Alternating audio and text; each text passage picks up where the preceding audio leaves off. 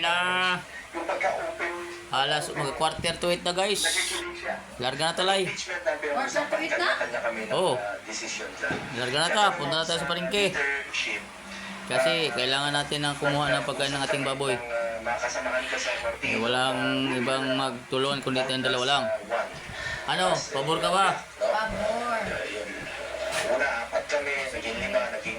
Cellphone pa more talaga oh. Grabing cellphone yan. Ganyan talaga buhay natin guys.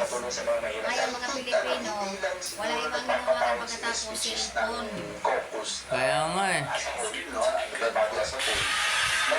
Kailangan makakuha tayo ng maraming gulay ngayon. Para bukas, magluluto na naman tayo. Para kung walang tsaga, wala may nilaga. Kaya guys, ayan.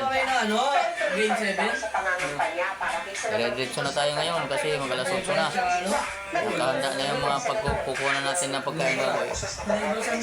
Ano, ready na? Ready na. Naglagan na pala ngayon bro. Shout out sa aking mga followers dyan. Magbigay lang kayo ng baka sa baba. Pag ako ay inyong lagyan ng bakas, sigurado may balik yan. RPTV. Goodbye.